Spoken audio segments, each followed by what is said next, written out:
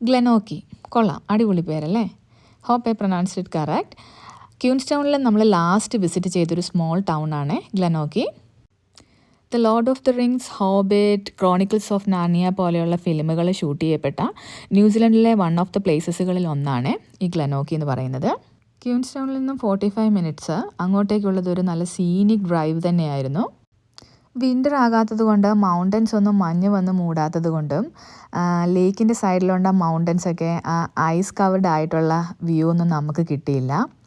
പിന്നെ കടലല്ല, ആ ലേക്ക് വക്കാട്ടുപൂലേക്ക് ഇറങ്ങി നിൽക്കുന്ന പോലെയുള്ളൊരു പാലവും അവിടെ പണിത് വെച്ചിട്ടുണ്ടായിരുന്നേ.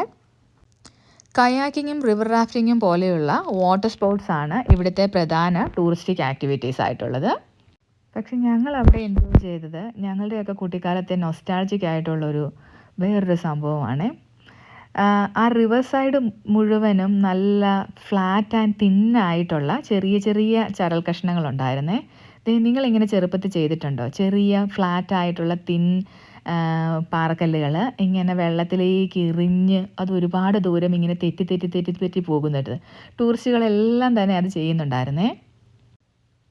അങ്ങനെ ഞാനും മൂന്നും കെട്ടിയവനും ഒക്കെ വാശിക്ക് ഇഷ്ടം പോലെ കല്ല് പെറുക്കി തെറ്റിച്ചു. നമ്മുടെ കല്ലും അത്യാവശ്യം മോശമില്ലാതെ കുറേ ദൂരം തന്നെ പോകുന്നുണ്ടായിരുന്നു.